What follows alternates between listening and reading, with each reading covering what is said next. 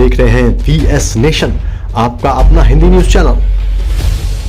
VS nation में आपका एक बार फिर स्वागत है। दोस्तों, स्वर्गीय श्री नरसिंह के दुबे बाबूजी के 14वें पुण्य स्मरण पर नालासोपारा आयुर्वेदिक मेडिकल कॉलेज व अस्पताल द्वारा कई कार्यक्रमों का आयोजन किया गया। कार्यक्रम की शुरुआत सर्वप्रथम बाबूजी की प्रतिमा पर माल्यार्पण कर उनको पुष्प गुच्छ चढ़ाकर और दीप प्रज्वलित कर यह कार्यक्रम शुरू किया गया। और कार्यक्रम के शुरुआत में ही धन्वंतरी भगवान की भी पूजा की गई। देखिए पूरी रिपोर्ट।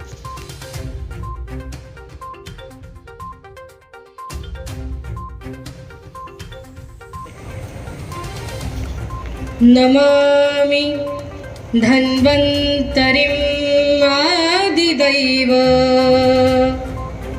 सुरासुरैर्वन्दितपादपद्मम् लोके जरानृक् भयमृत्युनाशनम्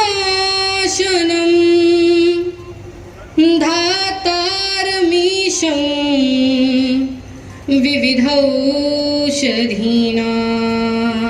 हमारे संस्था के संस्थापक स्वर्गीय श्री नरसिंह खिलावन दुबे जी, इनकी 14वीं पुण्यतिथि थी और इस अवसर पर हमारे कॉलेज में हमेशा ही हर साल ही सुदृढ़ बालक स्पर्धा और संभाषा प्रतियोगिता, उसके अलावा मेडिकल कैंप और शाम को भोजपुरी कवि सम्मेलन, ये कार्यक्रम आयोजित किए जाते हैं और वनौषधि प्रदर्शन भी हमारे यहाँ पे रखा जाता है। आज भी उसी तरह से सारे कार्यक्रमों का आयोजन किया गया था। बीच में केवल 2 साल कोविड की वजह से हम ये कार्यक्रम नहीं कर पाए थे। अब फिर से कोविड के बाद इन कार्यक्रमों का आयोजन किया था। सुदृढ़ बालक स्पर्धा में करीबन 60 से 70 बच्चों ने हिस्सा लिया था, जिनका फर्स्ट राउंड 10 दिन पहले लिया गया और उसमें से सिलेक्टेड जो बच्चे थे उनका फाइनल राउंड आज लिया गया। उसी तरह से जो हमारी संभाषा प्रतियोगिता होती है उसमें भी थ्रू आउट महाराष्ट्र सब मिला के 75 बच्चे उन्होंने पार्टिसिपेट किया था। उनका भी फर्स्ट राउंड 12 दिन पहले लिया गया था और उसमें से 15 बच्चे फाइनल राउंड में सिलेक्ट हुए थे, जिनकी प्रतियोगिता आज की गई। इसी प्रकार ये कार्यक्रम आगे बढ़ा और सबसे पहले यहाँ पर निःशुल्क जांच और चिकित्सा शिविर का आयोजन किया गया, जहाँ लगभग 400 लोगों ने इसका लाभ लिया।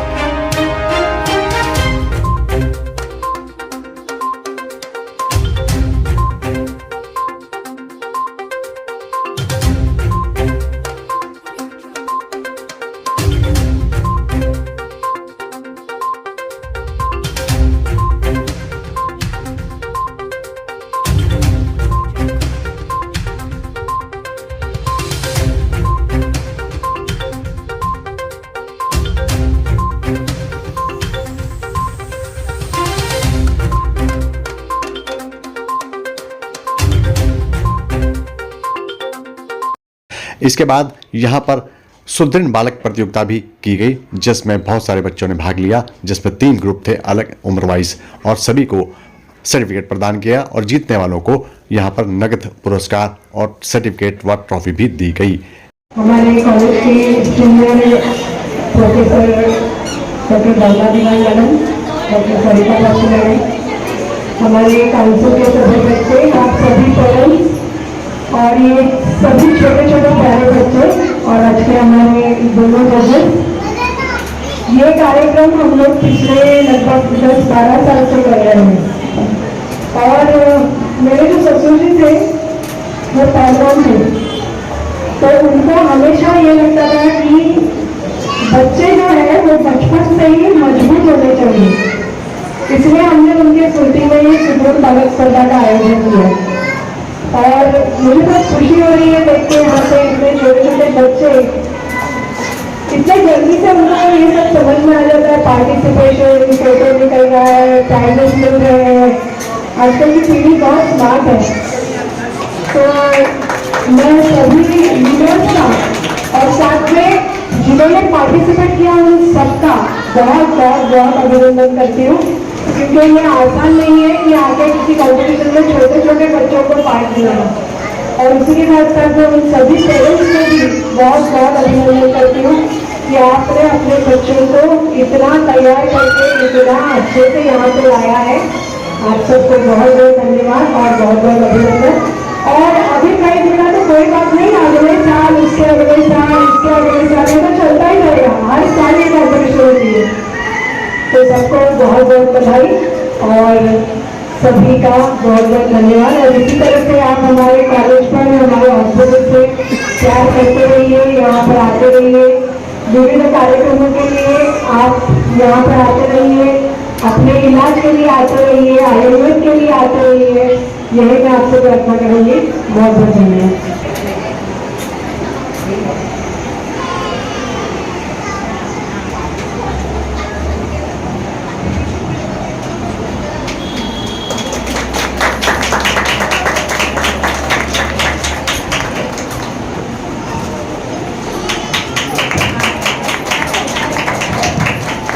हमारे दूसरे जज डॉक्टर आशीष सिंह को सम्मानित करेंगे डॉक्टर गीता गोविंदा।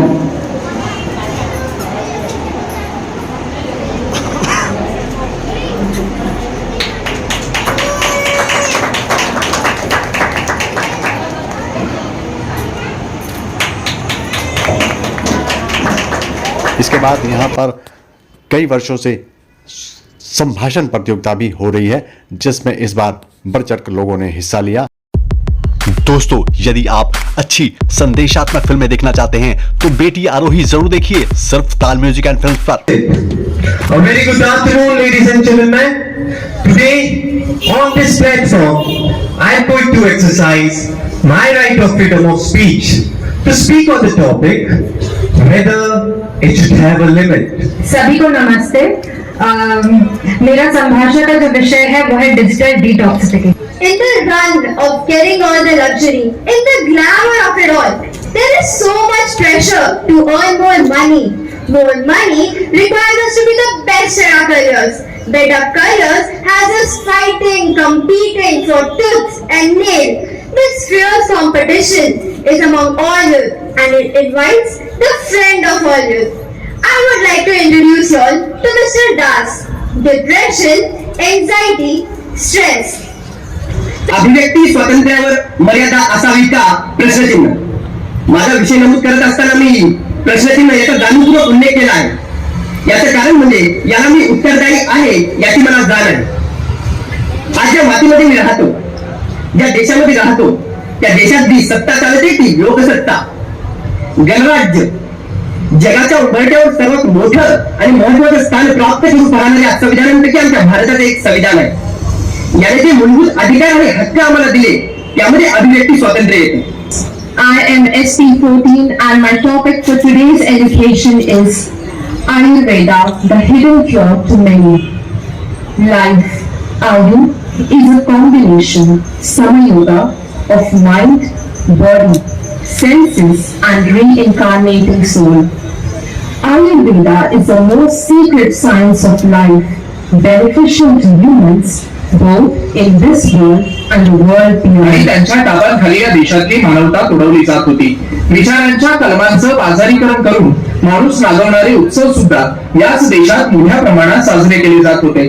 अशा वेळी माणसाचं आणि माणूसपणाचं काय होईल हा जीवघेणा प्रश्न काळाच्या खोल गर्भात नेताच म्हणावा लागेल। गुलामीचा गांजा मस्तकामध्ये पेरून कायम धुंद ठेवणाऱ्या व्यवस्थेने माणसाला जगण्याचा अधिकार दिला। Just imagine a scenario in which you are executed for just stating the universal facts.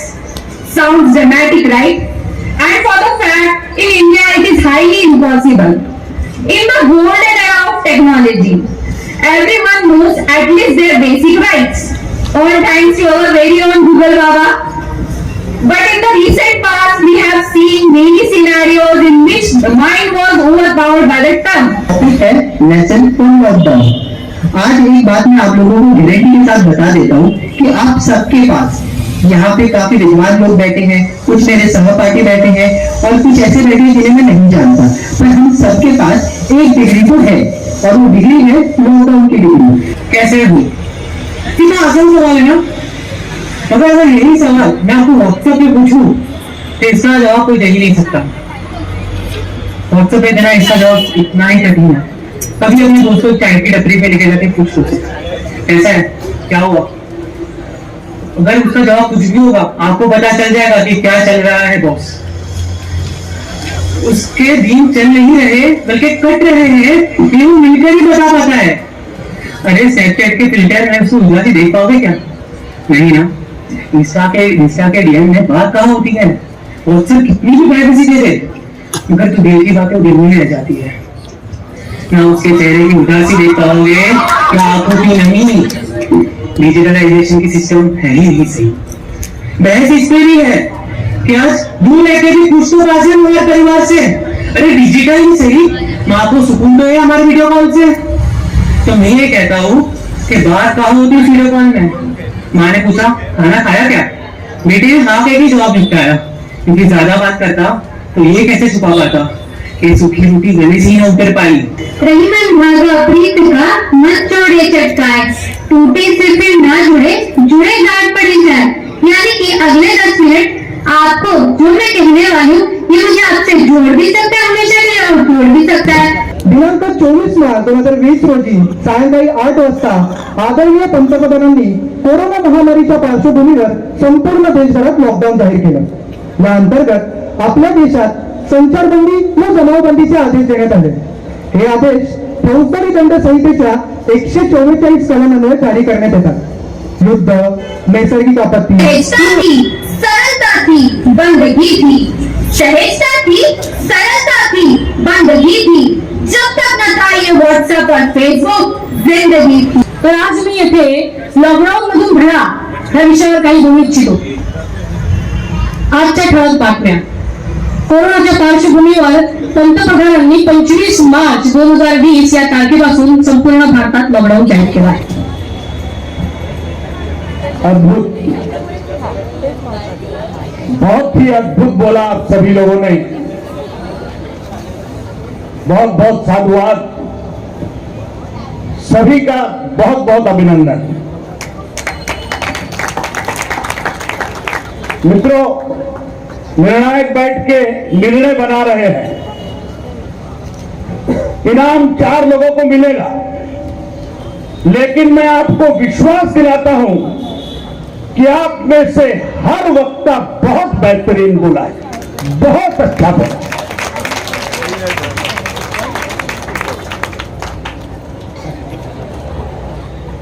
आदरणीय डॉक्टर ज्योति राठी मैडम जी ने कहा कि आप सुपर 15, आपके लिए तालियां बजवाई। उन्हें पता था निर्णायक लोगों को कुछ समय लगेगा निर्णय देने में, तो उन्होंने कहा अभी दुबे सर बोल दीजिए। अर्थात आज आप सभी अधिकृत वक्ता हो, मैं कॉम्प्लीमेंट्री हूं। मित्रों, मैं भी आप जैसा विद्यार्थी था, तब से ही कभी कभी बोलने का अवसर मिल जाता था। पिछले 25-30 साल से हर हफ्ते मुझे कोई ना कोई भाषण किसी न किसी सभा में, किसी न किसी कार्यक्रम में देना होता है। कभी कभी हफ्ते में 2 बार भाषण देना हो जाता है। और तो इसी महाविद्यालय में साल में कम से कम 15-20 बार आप ही लोग मेरा भाषण झेलते हैं। तो मैं भाषण लगातार दे रहा हूं, 25-30 सालों से भाषण देते आ रहा हूं। लेकिन पिछले 7-8 साल से एक बहुत बड़ा परिवर्तन आया है। 7-8 साल से जब मैं भाषण देके उतरता हूं मन से, तो काफी लोग बोलते हैं डॉक्टर साहब बहुत अच्छा बोलने लगे हैं आप। डॉक्टर साहब खूप छान बोलता, आजकल खूप छान बोलू लागला। मित्रों, इसका रहस्य बता दूं मैं आप लोगों को। विगत 14 वर्षों से ये मैं जो आप लोगों को सुनता हूं यहां बैठ के, इतना अच्छा वक्तृत्व कि 14 वर्षों से सुनते सुनते आप लोगों से विषयों की प्रगल्भता मिलते मिलते और इतना ज्ञान मेरा बढ़ गया है कि मैं खुद एक अच्छा वक्ता बन गया हूं। इतने अच्छे वक्ता है आप। पिछले 14 सालों से बोलते बोलते आपने मुझे भी वक्ता बना दिया। बहुत बहुत साधुवाद। बहुत बहुत अभिनंदन आप सभी वक्ताओं का। और ये 15 जो बोले, आदरणीय सुरेश जी बहुत बड़े संचालक है आप कवि सम्मेलनों के, बहुत प्रखर वक्ता है। ये जिन 15 लोगों को आपने सुना, ये उन 77 लोगों में से हैं जिन्हें छांट कर आज के दिन बोलने के लिए चुना गया।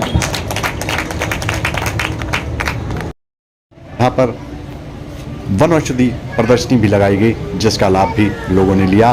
तरह तरह की प्रदर्शनी थी, तरह तरह की जो वन औषधि होती है उसके बारे में यहाँ के विद्यार्थियों ने जानकारी भी दी।